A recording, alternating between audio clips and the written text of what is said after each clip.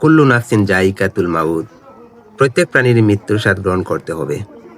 আমরা যারা মহান আল্লাহর প্রতি ঈমান এনেছি তাদের অবশ্যই কোরআনের এই আয়াত বিশ্বাস করতেই হবে। মানুষ মরণশীল, আমাদের সবাইকে একদিন এই পৃথিবীর মায়া ছেড়ে চলে যেতে হবে। সেই নিয়মে আমাদের গ্রামের এক প্রবীণ মুরব্বী আল্লাহর ডাকে সাড়া দিয়ে কবরবাসী হয়ে গেছেন। আল্লাহ যেন ওনার ভুল ত্রুটি মাফ করে জান্নাতবাসী করেন এবং আমাদেরকে যেন কবরে যাওয়ার আগে আগে কবরের সামানা জোগাড় করার তৌফিক দান করেন। আমিন।